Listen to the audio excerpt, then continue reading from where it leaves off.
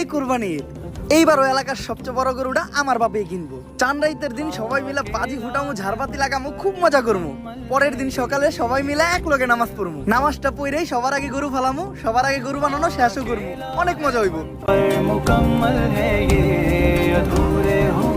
বন্ধু, তোর আব্বা তো মারা গেছে।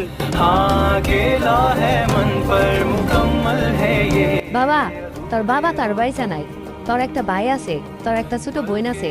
এখন এই পুরা পরিবারের দায়িত্ব তোর নিতে হইব, আর সবকিছু চাইরা তোর বিদেশে যাইতে হইব। झूठ की जमीन पर फरेब के ये सारे घर इनमें रहने वाले तुमको सफेद दिल पर হ্যাঁ মা, আমি ঠিক মতো আইসা পৌঁছাইছি। तुम्हारी है जो भी है सबब सो है पर सजा हमारी है।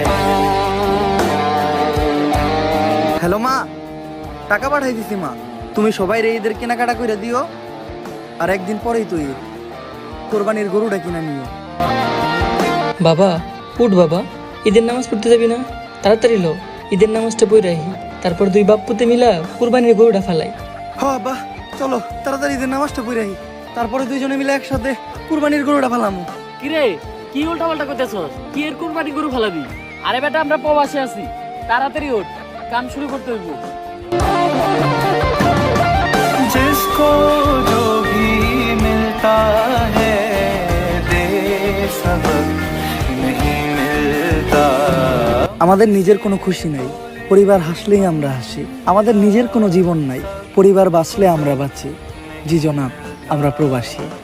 जिसको जो भी मिलता है दे सबक नहीं मिलता।